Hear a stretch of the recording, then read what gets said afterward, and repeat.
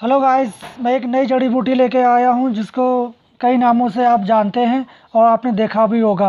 Road किनारे, नदी तालाब या पानी गड्ढे के किनारे ये बारिश के मौसम में उगाती है।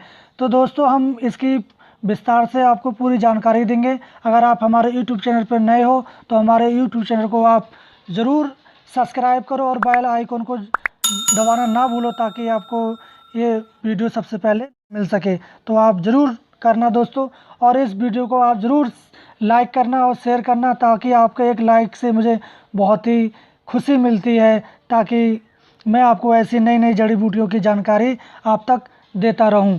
तो दोस्तों, शुरू करते हैं आज की हम नई जड़ी बूटी के बारे में।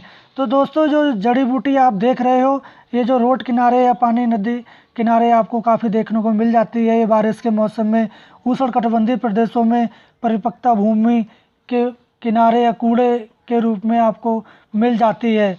और दोस्तों, इसकी एक विशेष जो बात है कि इसमें से एक गंध सी आती है। उसके पत्ते आप मसलेंगे तो उसमें भी एक गंध सी आएगी, और इसका कहीं कहीं साग बनाकर भी खाया जाता है।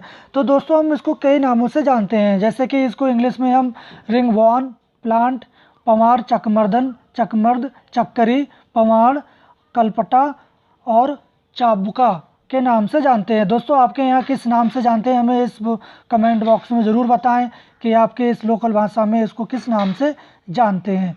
तो दोस्तों, इस जड़ी बूटी को आप पहचान लो, कुछ इस प्रकार होती है और ये 1 से 5 फुट ऊंचे होती है। इसके पत्ते 1 इंच से 2.5 इंच तक लंबे होते हैं, और इसमें जो फलियां आती हैं वो भी ये 4 से 5 इंच लंबी होती हैं।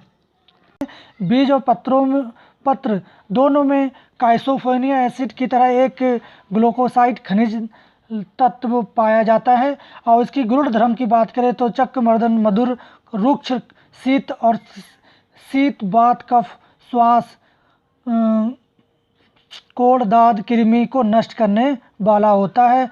ये खांसी और श्वास जैसी समस्याओं में भी हराने वाला होता है।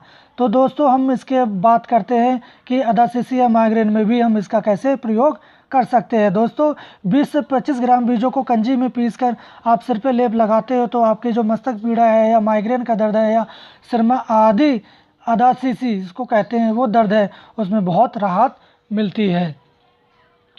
गंठमाला अगर रोग है तो उसमें 10 से 20 ग्राम पमार की जड़ को नींबू के रस में पीसकर आप जो है लेप कर ले गंठमाला को, तो वो भी मिट जाती है। दोस्तों, अगर सोम रोग है, रक्त श्वेत पिदर, इसी प्रकार की अगर समस्या है तो आप 50 ग्राम जड़ों को चावल की धोन के साथ पीसकर छान लें और उसको आप पी लेते हैं तो देखेंगे जो आपकी बहुमूत्र रोग, जो बार बार पेशाब आ रही है या श्वेत पिदर, ठीक हो जाती है। दोस्तों, अगर इन जड़ों को 10 ग्राम लेकर 400 ग्राम पानी में आप क्वाथ बनाकर सेवन करते हैं तो जो आपको मधुमेह या डायबिटीज़ की समस्या है या उसके जो कॉम्प्लिकेशन है उसमें भी बहुत राहत होती है। दोस्तों, जो पमार के पुष्प जो पीले पीले हैं वो 100 ग्राम ले लें, 10 ग्राम शक्कर, दोनों को मिलाकर सुबह खाने से कुछ ही दिनों में जो आपकी पेशाब में जो गंदन सी गंदा गंदा सफ़ेद सफ़ेद जो बार बार चिपचिपा आ रहा है वो भी ठीक हो जाता है।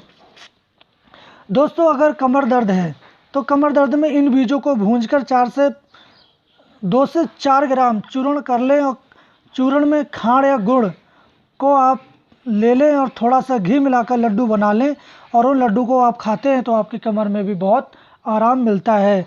दोस्तों, इस पमार का जैसे कि मैंने बताया था, ये जो है स्किन प्रॉब्लम के लिए बहुत रामबाण सिद्ध हुआ है, तो ये खून साफ करने का भी बहुत काम करता है। इसकी जड़ को धोकर सुखाकर महीन पीसकर चूर्ण बना लें। नित्य सुबह आप इसको 4 ग्राम चूर्ण, 10 ग्राम घी और 10 ग्राम गुड़ या शक्कर के साथ सेवन करते हैं तो आपका खून साफ हो जाता है, ब्लड प्यूरिफाई भी हो जाता है।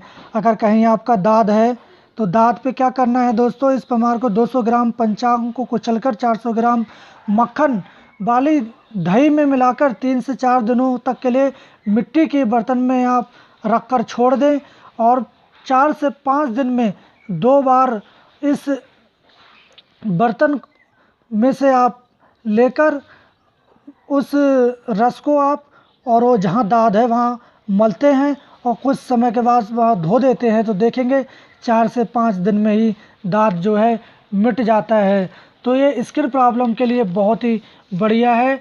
अगर आपके शरीर पे एक्जिमा है, छाजन है, तो इन बीजों को 60 ग्राम ले लें और बापची बीज 80 ग्राम और गाजर के बीज आप 20 ग्राम लेकर तीनों को पीसकर एक चूर्ण बना लें और 8 दिन तक गौमूत्र में भिगोकर रख दें। तो इस मटकी में से आवश्यकता अनुसार आप लगाते रहें और जो छाजन लगाने से आपका जो छाजन है वो भी दूर हो जाता है। अगर छाजन सूख जाता है तो आप इस पर गौमूत्र डालते रहें और ये योग आप का लगभग 1 साल तक करते रहें ताकि दोबारा छाजन हरा ना हो, दोबारा ना आए। अगर शरीर पर कहीं खाज खुजली है तो आपको इस पमार का कैसे यूज करना है दोस्तों, 1 किलो बीजों के चूर्ण को सुखाकर पीसकर आप चिकने मिट्टी के बर्तन में 5 किलो मट्ठे में मिलाकर मुंह बंद कर ज़मीन में गाड़ दें और 6 दिन बाद निकालकर इसको आप दाद या खाज पर मलें तो कैसी भी कुष्ठ, दुष्ट या खाज खुजली है तो 3 दिन में ही दूर हो जाती है। दोस्तों इसका एक दूसरा भी प्रयोग है कि 50 ग्राम बीजों को आप पीसकर चूर्ण बना लें और 1 किलोग्राम गाय के मट्ठे में 3 दिनों तक भिगो कर रख दें और खाज खुजली की या मुख पे झाइयाँ आदि को दूर हो जाती हैं। दोस्तों अगर कुष्ठ रोग है तो कुष्ठ रोग में आपको क्या करना है कि पमार के 10 से 20 ग्राम बीजों को दूध में पीसकर अरंड का तेल मिलाकर लेप करने से आपका सारे प्रकार के जो कुष्ठ रोग हैं वो नष्ट हो जाते हैं। दोस्तों अगर शरीर पर आपके कहीं सूजन है तो इन पत्तों को आप जल में उबालकर थोड़ा सा निचोड़ कर उस जल को 50 ग्राम की मात्रा में सेवन करने से सारे अंगों की सूजन या सर्वांग सूजन उतर जाती है।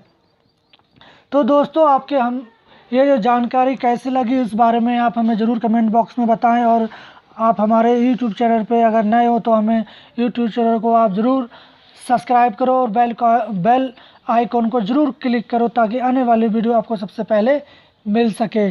तो दोस्तों आपको हमारी इस वीडियो में कौन सी बात अच्छी लगी और इस जड़ी बूटी के बारे में आपको कुछ पूछना है तो हमें आप कमेंट बॉक्स में जाके पूछ सकते हैं। तो दोस्तों आज तक इतना ही, हम कल फिर मिलेंगे एक नई जड़ी बूटी के साथ, तब तक के लिए धन्यवाद।